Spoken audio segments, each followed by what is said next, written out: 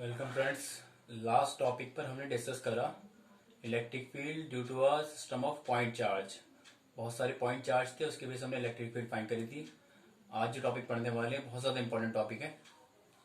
वो एक electric field find करनी है due to a uniformly charge ring.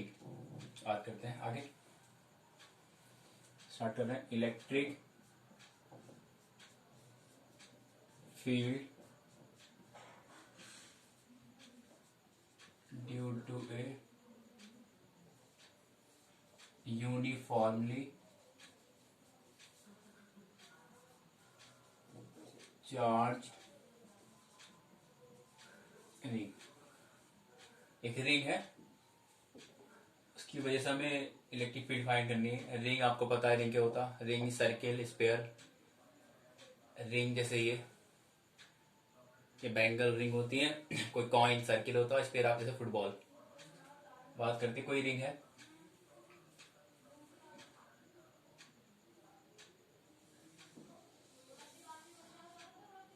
ये कोई रिंग है, इसका सेंटर है O।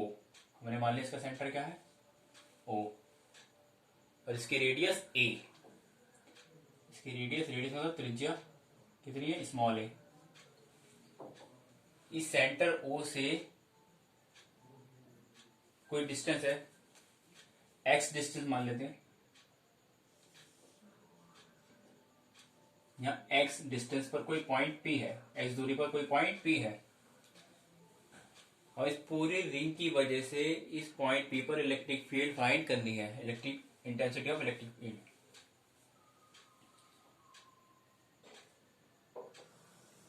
ये डिस्टेंस है r। एक छोटा सा हमने पार्टिकल ले लिया, पहले छोटा सा AB, छोटा सा, जिस पर डेल्टा क्यू चार्ज है, डेल्टा क्यू चार्ज है। क्योंकि रिंग है तो इस पे एक अपोजिट सिमेट्री की होगी, तो वो यहां पर भी डेल्टा क्यू चार्ज होगा। इस डेल्टा क्यू चार्ज की वजह से पॉइंट P पर इलेक्ट्रिक फील्ड कितनी होगी, बाहर की साइड पॉजिटिव डेल्टा E। ये वाला एंगल हमने मान लिया है थीटा। इसी तरीके से इस डेल्टा क्यू चार्ज की वजह से पॉइंट P पर इलेक्ट्रिक फील्ड इंटेंसिटी होगी बाहर की साइड, वो भी कितनी होगी, डेल्टा E। जब ये डेल्टा क्यू चार्ज इसकी वजह से डेल्टा E इंटेंसिटी, ये भी डेल्टा क्यू इसकी वजह से डेल्टा E। अब इन इलेक्ट्रिक फील्ड इंटेंसिटी को, ये जो रिंग है, इस रिंग के एक्सिस के अलोंग और परपेंडिकुलर कंपोनेंट में ब्रेक कर देंगे। जैसे कि है इसका जो इस डेल्टा ई का अलोंग द एक्सिस वो कितना होगा, डेल्टा ई कॉस थीटा, और इसके परपेंडिकुलर कितना होगा, परपेंडिकुलर ये डेल्टा ई साइन थीटा। इसी तरीके से इस पॉइंट क्यू चार्ज थी, ये हो गया। इस डेल्टा क्यू चार्ज जो है इसकी वजह से इलेक्ट्रिक फील्ड कितना है, डेल्टा ई। इसे भी अलोंग द एक्सिस और परपेंडिकुलर कंपोनेंट में ब्रेक करेंगे। इस डेल्टा ई का हॉरिजॉन्टल कितना आया, इसका तो ये वाला आया, इसका एक और आ जाएगा, वो भी कितना होगा, डेल्टा ई कॉस थीटा। मैं एक बार फिर से डेल्टा ई कॉस थीटा, और इसका perpendicular delta E sine theta. जब ये थीटा है तो ये भी थीटा होगा, और सिमेट्री है तो ये भी थीटा और ये भी थीटा। ये कभी कभी बच्चे भूल जाते हैं, लास्ट क्लास में पढ़ाए थे डेल्टा ई साइन थीटा कहां से आया, डेल्टा ई कॉस थीटा कहां से आया। ये मान लो ये डेल्टा ई है, ये वाला ये एंगल थीटा है, ये कितना है, डेल्टा ई। ये वाला इसकी बात कर रहा है, उसी तरीके से अपोजिट वाला भी, और ये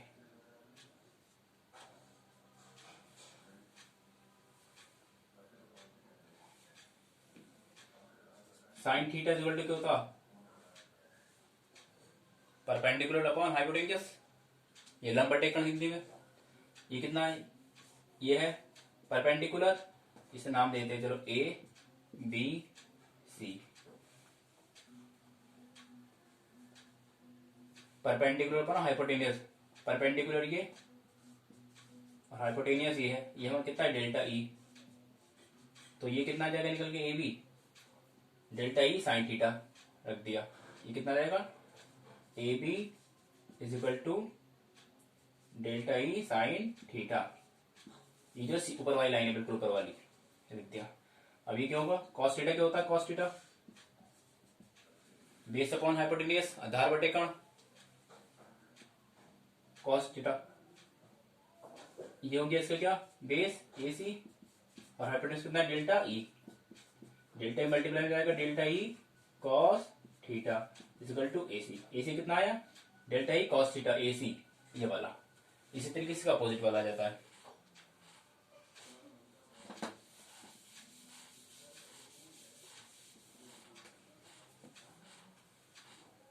और यहां लिख लेंगे let's a ring which is uniformly charge, और उस पर चार्ज कितना है प्लस क्यू चार्ज, उस पर प्लस क्यू। इस पूरी रिंग पर कितना चार्ज बना हमने, पूरी रिंग पर क्यू चार्ज। और फिर छोटे छोटे ये भी delta Q delta Q delta Q delta Q delta Q, सारा छोटे छोटे पार्ट में इसे डिवाइड कर दिया है। लेकिन टोटल चार्ज कितना है इस पर, क्यू है। अब बात करते हैं, ये डेल्टा क्यू चार्ज हो गया, इसकी रेडियस ए है, ये भी कितनी होगी, ये भी ए होगी, पॉइंट ओ।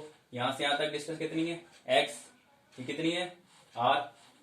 अब इस डेल्टा क्यू चार्ज की वजह से पॉइंट पी पर जो इलेक्ट्रिक फील्ड इंटेंसिटी है वो कितनी आने वाली है, उसे लिखते हैं प्लस क्यू चार्ज। इस पर प्लस क्यू चार्ज है पूरी रिंग पर।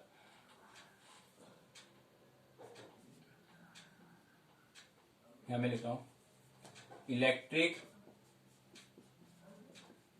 Field intensity due to at point P, point P पर due to charge, small charge delta Q. तो इसे भी डेल्टा लगा लेंगे छोटा सा, delta is equal to 1/4 pi epsilon not delta Q upon यहां से यहां तक रिलेशन कितनी are square.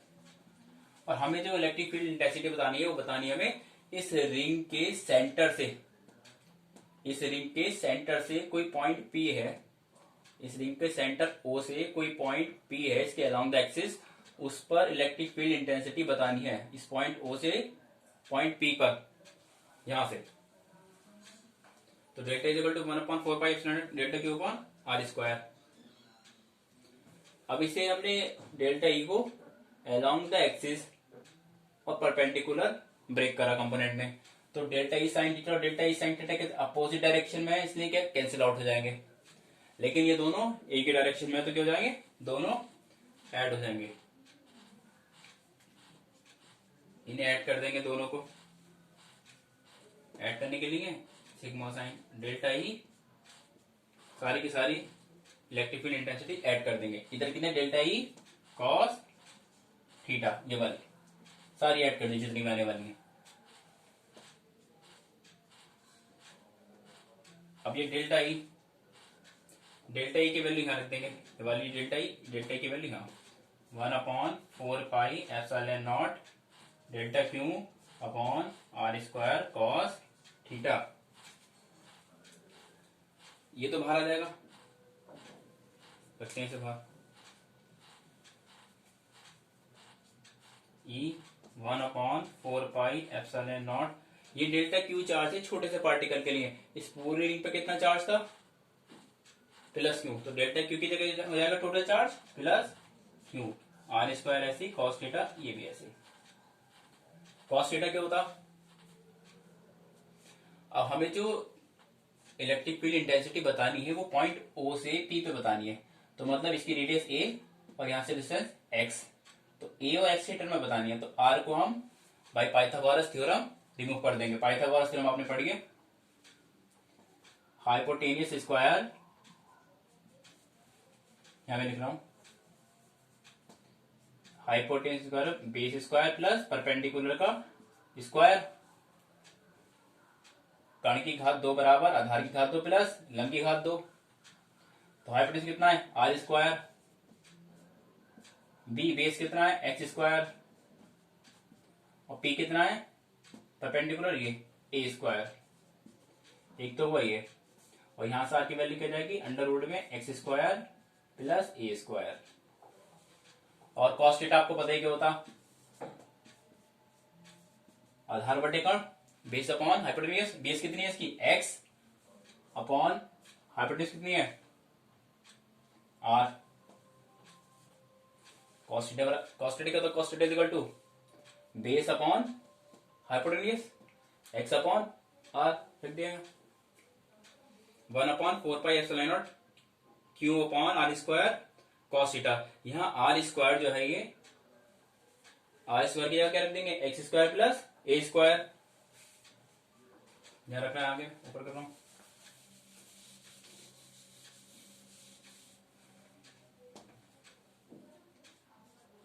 One upon 4πε0 Q ऐसे ही आर स्क्वायर की value X square plus A square, और कॉस थीटा क्या होता X upon R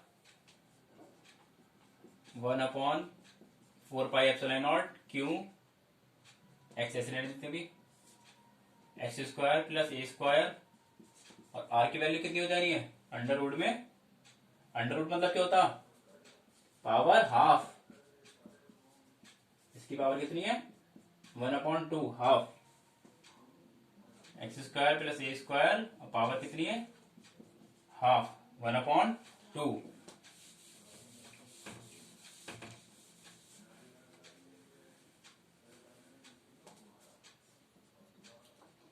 1/4πε0 Q x, ये पावर कितनी इसकी एक्स स्क्वायर प्लस इसके पावर 1 और हाफ, और 1/2 कितना होता 2 × 2 plus 1/2 3/2 x square plus A square की पावर कितनी हो गई 3/2 न्यूटन पर कूलम्ब। ये आपकी यूनिट हो गई। ये इलेक्ट्रिक फील्ड इंटेंसिटी निकल गई पूरी रिंग की वजह से पॉइंट पी पर इलेक्ट्रिक फील्ड इंटेंसिटी फाइंड हो गई है। और इसमें कोई कंडीशन होती है, वो कंडीशन के बारे में डिस्कस करते हैं। इसकी डायरेक्शन कहां से होगी P, electric field intensity direction होगी पॉइंट ओ से पी की तरफ, ओ से पी की तरफ। हमें स्पेशल कंडीशन इसकी कुछ स्पेशल कंडीशन एक करके बात करते हैं। अगर ये पॉइंट पी इस रिंग के सेंटर पर प्रेजेंट हो, कहां पर सिचुएटेड हो पॉइंट ओ पर, तो एक्स की वैल्यू कितनी हो जाएगी, ये वाला पॉइंट पी यहां पर ना होकर के यहां हो, तो एक्स तो 0 हो गया, ये पॉइंट यहां आ गया, तो एक्स की वैल्यू कितनी हो जाएगी if point P is situated at centre of ring, यहां पर हो, तो एक्स की वैल्यू कितनी होगी then X is equal to 0। तो यहां पर एक्स की वैल्यू 0 रखें तो क्या आएगा 1/4πε0 Q multiply 0 square plus A square की पावर 3/2। जो मल्टीप्लाई 0 से कराएंगे तो इलेक्ट्रिक फील्ड इंटेंसिटी कितनी हो जाएगी 0। इस रिंग के सेंटर पर कोई इलेक्ट्रिक फील्ड इंटेंसिटी नहीं है, कोई इलेक्ट्रिक फील्ड नहीं है, यहां कोई चार्ज फोर्स फील नहीं करेगा। अब आगे बात करते हैं।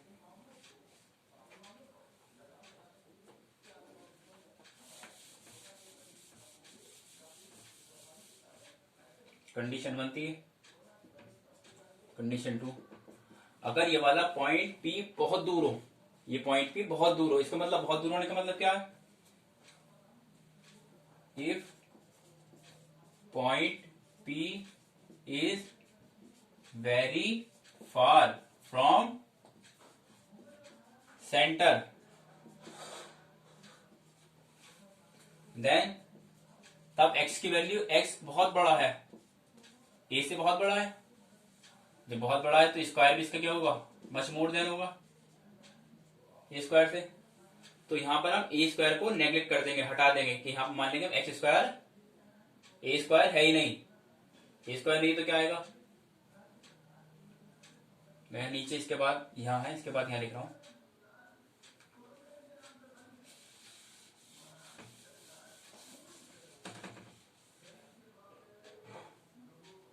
इसके बाद मैं यहां लिख रहा हूं E is equal to 1/4πε0 Q X upon X square, A square को नेगलेक्ट कर देंगे, हटा देंगे, पावर 3/2, इस 2 से ये वाला 2 कैंसिल आउट, तो E is equal to 1/4πε0 Q X upon X की पावर 3, इस एक्स से एक पावर कैंसिल आउट, तो E is equal to 1/4πε0 Q upon X square newton पर कूलम। एक पावर से इसकी 3 पावर से एक पावर कर दी। अब ये कब आया, जब पॉइंट पी बहुत दूर हो। अब एक अलग कंडीशन लास्ट,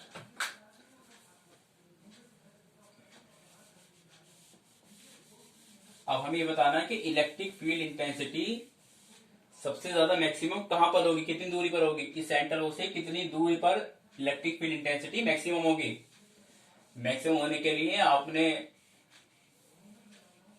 मैक्सिमम ई में पढ़ा होगा, डिफरेंशियल है मैथमेटिक्स में, वहां del E over del X की वैल्यू क्या होगी, 0। इसका इंटीग्रेशन डिफरेंशियल करेंगे, अवकलन डी ओवर डी एक्स, ये ई है तो ई की value D upon D x ऐसे लिख दिया, इस ई वाला ई यहां रख देंगे, 1/4πε0 Q X upon X square plus A square 3/2। Upon में एक्स है ना, तो जहां जहां एक्स है वो तो वेरी करेगा, वेरिएबल है, वैल्यू चेंज होती है उसकी, और जिस जहां जहां एक्स नहीं, जैसे यहाँ एक्स नहीं है, कांस्टेंट है, ये आ जाएगा इस डी ओवर डी एक्स के बाहर। जो बायो वाले हैं उन्हें थोड़ी प्रॉब्लम होगी, लेकिन जो मैथमेटिक्स के हैं वो इजीली समझ सकते हैं, लेकिन फिर भी इतना इजी है ये। Del E over del X 1/4πε0, ये आया बाहर कॉमन, अंदर क्या बचा, क्यू भी बाहर आ जाएगा, D over D x, x ये अपॉन में है, ऊपर जाएगा तो पावर क्या हो जाएगी, प्लस में है तो ऊपर जाकर पावर माइनस में हो जाती है, प्लस का 3/2 था, अब हो जाएगा माइनस का 3/2। अब ये डिफरेंशिएशन होता, वो मैं यहाँ फार्मूला लिख रहा हूँ छोटा सा, इसे मान लेते फर्स्ट टर्म, इसे मान लेते सेकंड टर्म, जब अलग अलग है तो ये फार्मूला होता है डी ओवर डी एक्स, अगर ये ए और बी दो टर्म, अगर ये दोनों वेरिएबल हैं तब, ये फर्स्ट टर्म ये सेकंड टर्म। फर्स्ट टर्म को ऐसे लिख देते हैं, सेकंड टर्म का डिफरेंशिएशन करेंगे, बीच में प्लस, अब सेकंड वाली टर्म ऐसे ही लिख देते हैं, फिर फर्स्ट वाली टर्म का डिफरेंशिएशन कर देते हैं, first term into second term का differentiation plus second term into first term का डिफरेंशिएशन, मतलब पहला पद इंटू दूसरे पद का अवकलन प्लस दूसरा पद इंटू पहले पद का अवकलन। बात करते हैं आगे, क्यू अपॉन 4πε0 होगा, इसे फर्स्ट टर्म मान लेते हैं, ये फर्स्ट टर्म ये सेकंड टर्म। अब इसमें क्या होता है formula, first term into second term का डिफरेंशिएशन प्लस सेकंड टर्म ऐसे ही इंटू फर्स्ट टर्म का डिफरेंशिएशन, हिंदी में पहला पद ऐसे ही दूसरे पद का अवकलन प्लस दूसरा पद ऐसे ही पहले पद का अवकलन, first term to second term का differentiation plus second term to first term का डिफरेंशिएशन। करते हैं आगे, del over del X is equal to Q upon 4πε0, ये सारा कॉमन से बाहर ऐसे कर देंगे, फर्स्ट टर्म ऐसे लिख दी इंटू सेकंड टर्म का डिफरेंशिएशन, सेकंड टर्म का डिफरेंशिएशन क्या होता ये होता है, यहां मैं लिख रहा हूं डी ओवर डी एक्स, अगर एक्स है इसका 1, ये होता क्या है general D over D x x की पावर एन, एन एक्स की n-1, जो पावर होती है उसे पहले लिख देते हैं, फिर एक्स है या वाई है जो भी है उसे पहले लिख देंगे, और पावर में से एक माइनस कर देते हैं, तो 1 है, plus second term into first term का डिफरेंशिएशन। जो पावर होती है वो आ जाती है पहले, पावर कितनी है 3/2, फिर ये यहाँ पर x है तो यहाँ पर भी x लिख दिया, तो यहाँ पर कितना है x square plus A square की पावर यहाँ पे n थी, यहाँ कितनी माइनस 3/2, उसमें से 1 माइनस कर देते हैं, इसमें से 1 माइनस कर दिया। और यहाँ पर ये जो x स्क्वायर ये वेरिएबल है, ए स्क्वायर तो कांस्टेंट है, और यहाँ कोई अगर किसी d/dx का कांस्टेंट, तो किसी कांस्टेंट का डिफरेंशिएशन वैल्यू होता है 0, किसी अचर का अवकलन करेंगे वो कितना होता 0। अब इसको और रह गया, तो यहाँ मानने वाले का करते हैं, हमने इसी को x माना, पूरे टर्म को x माना, तो इस मानने वाले का हमें एक बार डिफरेंशिएशन और करना पड़ेगा। X square plus A square लिखा है, X square plus A square, del U over del X is equal to Q upon 4 epsilon naught X square plus A square, ये सारा क्या है, ये ब्रैकेट में है, ये ब्रैकेट में हमने कॉमन कर रखा है, माइनस के 3/2, ये तो 1 X plus minus minus 3x/2 X square plus A square, minus के 3/2 माइनस करो कितना हो जाएगी, माइनस के 3/2 माइनस के 1, 2 एलसीएम लिया, 2 1 जा 2, माइनस के 5/2, माइनस के 5/2। अब यहाँ एक्स स्क्वायर है, यहाँ पावर कितनी है, एक्स की पावर 2 है, तो पावर कितने की पहले आ जाती है, फिर एक्स है, यहाँ भी एक्स है, पावर में से एक माइनस हो जाता, यहाँ पावर 2 n है, यहाँ 2 है, 2 - 1, जो ए स्क्वायर है, ए स्क्वायर कॉन्स्टेंट उसका कितना होता 0, किसी कॉन्स्टेंट का डिफरेंशिएशन होता 0, del U over del X is equal to Q upon 4 epsilon naught X square plus A square, ये पावर माइनस के 3/2 माइनस 3x/2, ऐसे ही X square plus A square की पावर माइनस के 5/2, 2x पावर 2 में से बन जाएगी, 1 बचेगा, 1 लिखो या मत लिखो, इस ये 2 ऊपर है, ये 2 नीचे है, ये अपॉन में, ये 2 से 2 कैंसिल आउट हो जाएंगे, del U over del X is equal to Q upon 4 epsilon naught X square plus A square की पावर माइनस के 3/2, एक्स ये और एक्स ये, एक्स पावर कितनी हो जाएगी, ये 2 तो कैंसिल आउट हो गया, फिर माइनस के 3/2 माइनस 3 एक्स ये एक्स की पावर 2, और ये कितना बचा, X square plus A square की पावर माइनस के 5/2।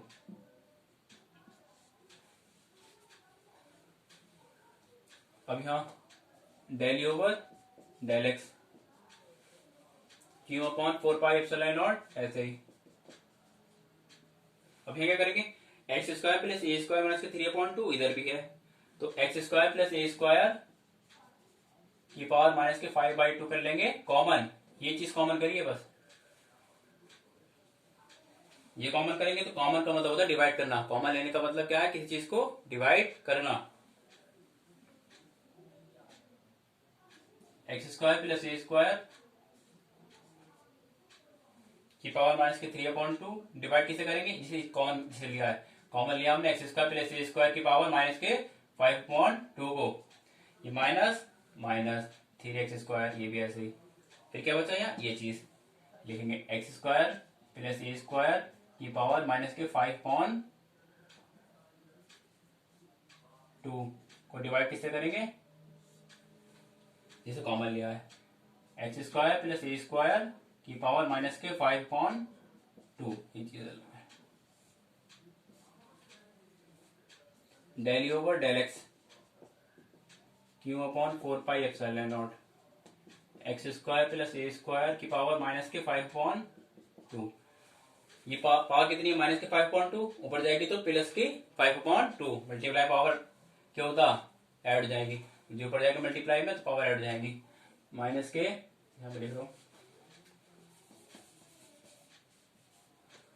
माइनस 3/2 प्लस 5/2, 2 एलसीएम लेंगे, तो माइनस 3 प्लस 5, ये कितने लेंगे, 2/2, 2 से 2 कितना 1 बचा, तो कितना जाएगा ये, x square plus A square की पावर वन वन लिखो या मत लिखो, माइनस के 3x², इस पूरी टर्म से पूरी टर्म कैंसिल आउट, ये बचा।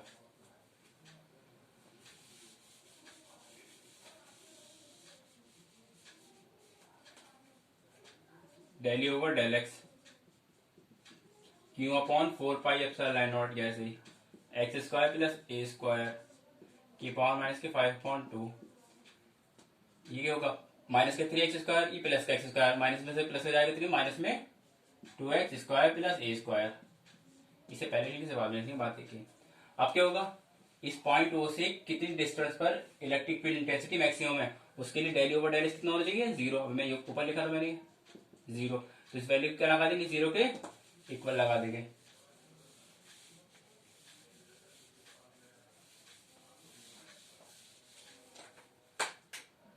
Q over 4πε0 x² plus a² की पावर माइनस के 5/2 a² minus 2x² equal to 0। ये सारा मल्टीप्लाई में ये कितना आएगा, 0 में, तो a² minus 2x² equal to 0। ये क्या चला जाएगा, माइनस के 2x² प्लस में।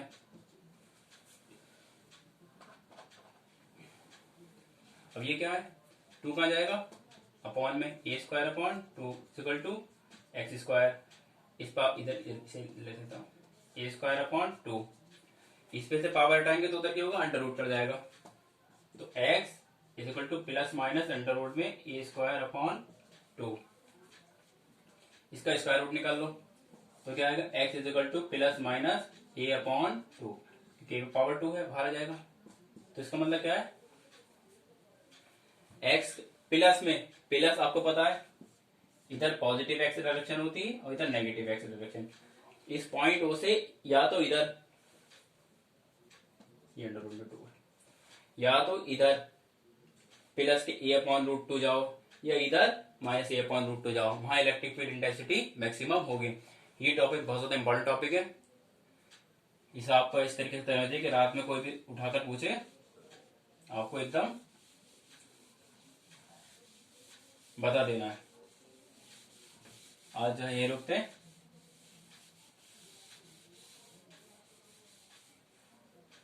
बाकी नेक्स्ट टॉपिक।